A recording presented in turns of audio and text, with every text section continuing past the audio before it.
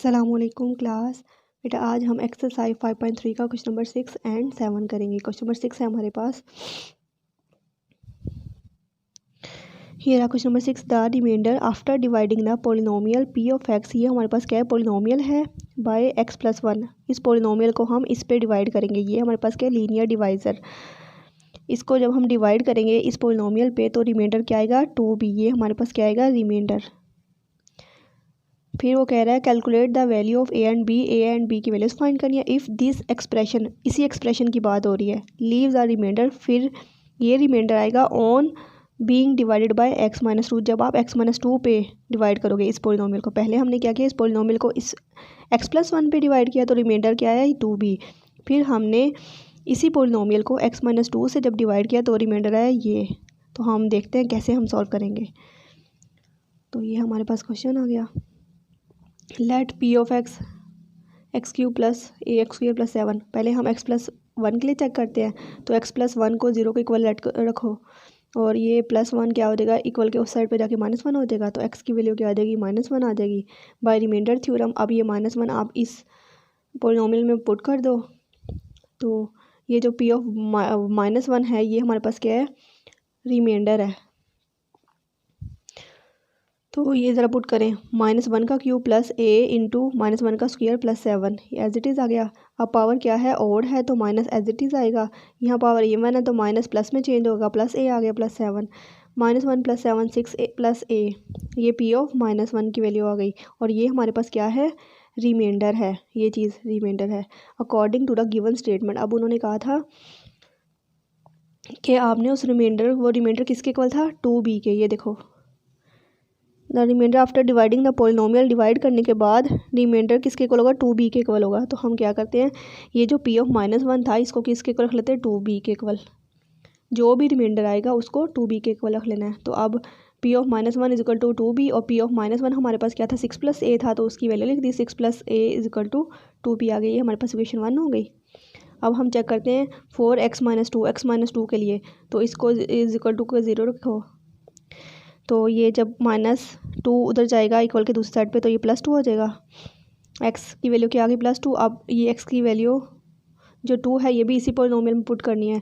तो क्या आ जाएगा, 2 का क्यूब प्लस a इंटू 2 का स्क्वायर प्लस 7। ये देखो, और p ऑफ x था तो p ऑफ 2 आ गया। इसको मैंने रिमाइंडर 1 का नेम दिया था, इसको मैंने रिमाइंडर 2 का, R2। तो 2 का क्यूब 8 प्लस 2 को 2 टाइम्स मल्टीप्लाई किया 4a plus 7, 8 plus 7 15 plus a, p of 2 आ गया। अब इसमें भी उसने यही स्टेटमेंट में क्या कहा था, अब इसको हमने किसके रिमाइंडर के इक्वल रखना है, ये देखो b प्लस 5 के। जो भी डिवाइडेड करने के बाद आएगा उसको हम किसके इक्वल रखेंगे, b प्लस 5 के। तो लिख दिया अकॉर्डिंग टू गिवन स्टेटमेंट।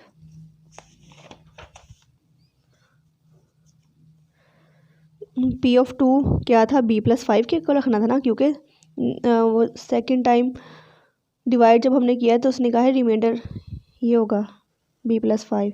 तो p ऑफ 2 को b प्लस 5 के इक्वल लिया। और p ऑफ 2 हमारे पास क्या था पीछे, ये देखो p ऑफ 2 ये था 15 प्लस 4a, और 15 प्लस 4a p ऑफ 2 की जगह लिख देंगे। ये देखें 4a is equal to b plus 5। Divide करने के बाद जो भी आया उसको b प्लस 5 के इक्वल रख लिया। अब ये देखो 15 एज इट इज़, 4a भी एज इट इज़। अब ये माइनस को मैं उस साइड पे ले गई हूँ तो ये -5 हो गया और b यहाँ पे रह गया। तो 15 - 5 10 plus 4 is equal to b। तो ये दोनों एक दूसरे के इक्वल हैं तो b को इधर लिख लिया, इसको इधर लिख लिया। ये हमारे पास इक्वेशन 2 आ गई।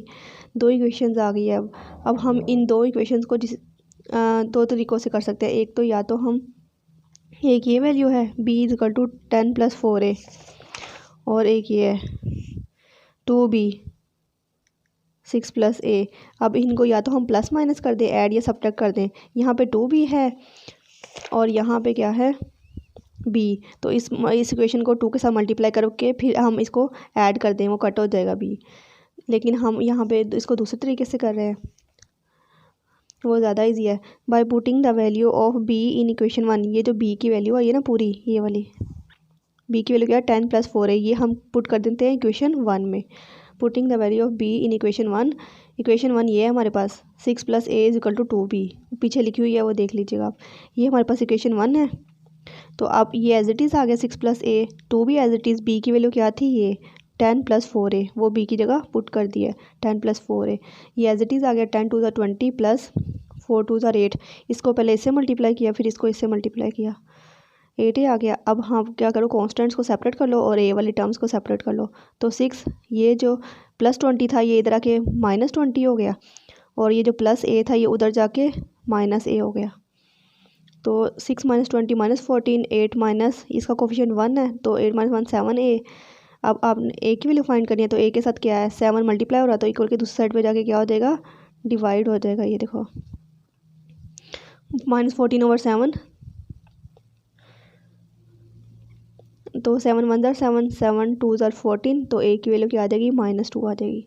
ये a की वैल्यू आ गई। अब ये a की वैल्यू पुट कर दें, हमने इस इक्वेशन को यूज़ किया था ना, तो इसको हमने इस ये वैल्यू हमने उस इक्वेशन में पुट की थी। अब मैंने किया a की value a = 2 put in equation 2, अब ये मैंने इक्वेशन 2 में पुट कर दी। पहले ये वैल्यू इक्वेशन 1 में पुट की थी, अब जो हमारे पास वैल्यू है ये a = 2, अब ये हम 2 में पुट कर देते हैं, क्योंकि हम पहले वाली को यूज़ कर चुके हैं इसलिए हमने अब दूसरे वाली इक्वेशन को यूज़ कर लिया। पुट a = -2 इन इक्वेशन 2, अब b = 10 as it is + 4a, ये हमारे पास इक्वेशन थी पूरी, मैं लिख दी है p = 10 + 4a, 10 as it is + 4 भी एज इट इज़, a की वैल्यू क्या थी -2 थी, -2 पुट कर दी, b 10 + -4 × 2 = 8, 10 - 8 2 आ गया। ये हमारे पास a की वैल्यू भी आ गई और b की वैल्यू भी आ गई, तो लिख दिया दैट a = -2 एंड b = 2। उन्होंने कहा था आपने वैल्यूज़ फाइंड करनी है किसकी, a एंड b की, और जो जो उन्होंने क्वेश्चन में कंडीशंस बताई थी वो कंडीशंस हमने अप्लाई भी किया, फिर हमारा क्वेश्चन सॉल्व हो गया।